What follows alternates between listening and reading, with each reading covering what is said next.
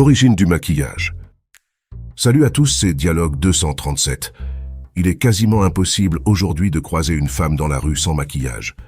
Les hommes se plaignent un peu, mais bon, ce n'est pas notre sujet aujourd'hui. Dans cette vidéo, je vais vous révéler l'origine du maquillage et pourquoi il était utilisé. L'Égypte antique entre les années 3100 et 30 avant Jésus-Christ. Les pratiques de maquillage ont des origines très anciennes dans diverses cultures à travers le monde. Mais l'Égypte antique a joué un rôle significatif. Il y a de cela 5124 années en arrière, les populations égyptiennes cherchaient des moyens pour protéger les yeux du soleil intense et des infections oculaires. C'est ainsi qu'à partir d'une substance noire faite à base de minéraux tels que le galène ou le stibine, ils ont créé le kohl. Le kohl était donc utilisé comme eyeliner, non seulement pour des raisons esthétiques, mais aussi pour protéger les yeux du soleil intense et des infections oculaires. Par la suite, il y a eu également des fards à joues et des parfums comme la myrrhe pour accentuer le côté esthétique. En Égypte antique, le maquillage revêtait également une signification religieuse étant associé à la protection contre le mauvais œil et les esprits malveillants, ainsi qu'à des rituels spirituels. En effet, les Égyptiens antiques croyaient en l'importance de se protéger des forces négatives, et les yeux étaient considérés comme des fenêtres de l'âme, et leur protection était une préoccupation spirituelle majeure. Le maquillage était donc considéré comme une arme puissante dans cette quête spirituelle.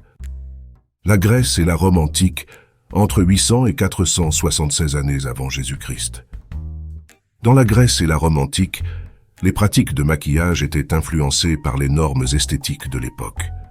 La peau pâle était valorisée comme un signe de beauté et de statut social élevé, incitant certaines femmes à utiliser des substances telles que la craie et le blanc-plomb pour éclaircir leur teint.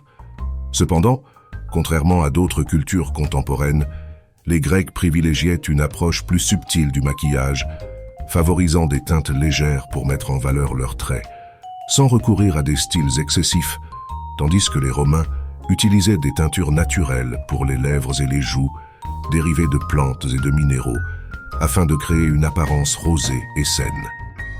L'influence de l'Église catholique. Au cours du Moyen Âge, entre les années 500 à 1500, l'influence de l'Église catholique a profondément marqué les pratiques liées à la beauté et au maquillage. L'Église catholique a souvent découragé l'utilisation du maquillage en invoquant des principes de modestie et d'humilité. Les enseignements soulignaient la valeur de la beauté intérieure par rapport à celle extérieure, et l'accent mis sur la vanité et l'obsession pour l'apparence physique était considéré comme contraire aux valeurs chrétiennes. Aujourd'hui, des événements se sont enchaînés par la suite et nous sommes arrivés au maquillage moderne que nous avons aujourd'hui, le make-up. Le mot que vous venez d'entendre a été inventé par l'homme d'affaires américain d'origine polonaise, Max Factor. C'est lui qui a créé le premier fond de teint en 1914, tel que nous le voyons aujourd'hui.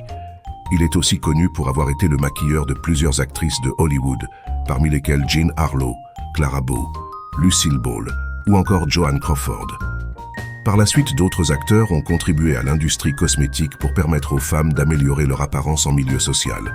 Nous pensons notamment à Coco Chanel qui a introduit le bronzage comme symbole de statut social, Marilyn Monroe avec son maquillage distinctif, y compris les lèvres rouges et les yeux charbonneux, Mary Quant qui a popularisé le fard à paupières colorées et les cils dramatiques et bien d'autres.